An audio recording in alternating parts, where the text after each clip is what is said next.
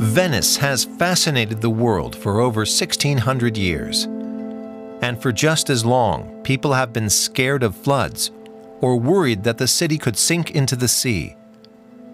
This is the latest attempt to protect Venice. 78 metal barriers that can be raised to separate the sea from the lagoon. The system is called MOSE. If we hadn't had MOSE, Venice would have been irreparably destroyed on November 22, 2022. It was the second highest flood in history, but nothing happened. We were able to protect the lagoon and Venice.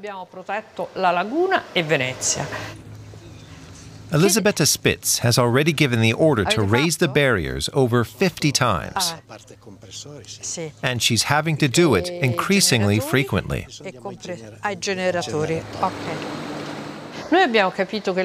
We now know that MOSE is a flexible instrument that does not always have to be opened, nor at the same time.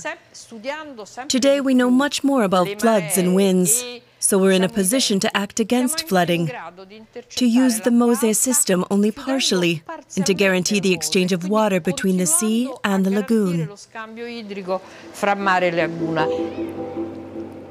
Does that mean Venice can be saved? Climate experts predict that the sea level could rise by 60 centimeters by the end of the century. The oceanographer Georg Umgiese says that MOSE is just buying time. Is MOSE enough to save Venice? Yes, at the moment. Definitely in the next 10, 20 or 30 years. But if the sea level rises by 50 centimeters, it will have to be used 300 to 400 times. That's once a day. It won't manage. MOSE won't be able to cope as a structure, but nor will the lagoon manage, because it needs the exchange of water. Marco Sigovini from the Venice Institute of Marine Sciences is researching the lagoon's ecosystem. He says the frequency with which MOSE is being used has not yet had any major consequences, but this could change if the lagoon is separated from the sea more frequently and for longer periods of time. It could be that at some point we'll have to decide whether it makes sense to maintain the lagoon as a saltwater lagoon or not. The long closures interrupt the cycle between the sea and the lagoon, which is fundamental for Venice. It's what creates the lagoon floor, which determines what plants and animals can live there.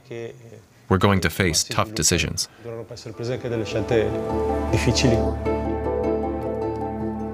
Whether to save the lagoon or the city.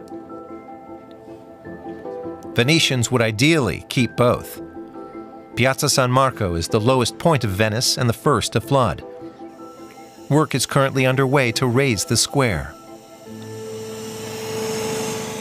If it were raised to 110 centimeters, then the square would no longer be underwater, because it would manage up to 110 centimeter without flooding.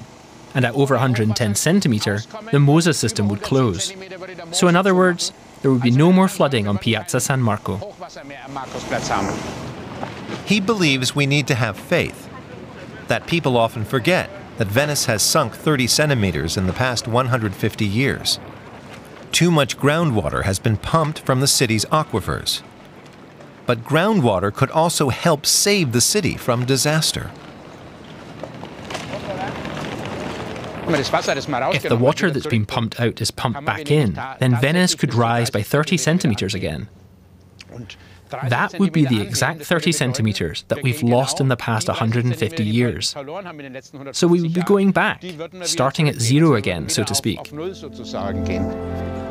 He says that Venice as we know it cannot last forever in any case.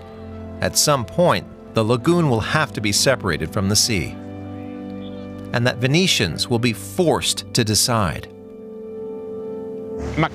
Both cannot be rescued. We have to decide what to save. Venice. There is only one Venice. A difficult decision, one Venetians hope they will never have to make.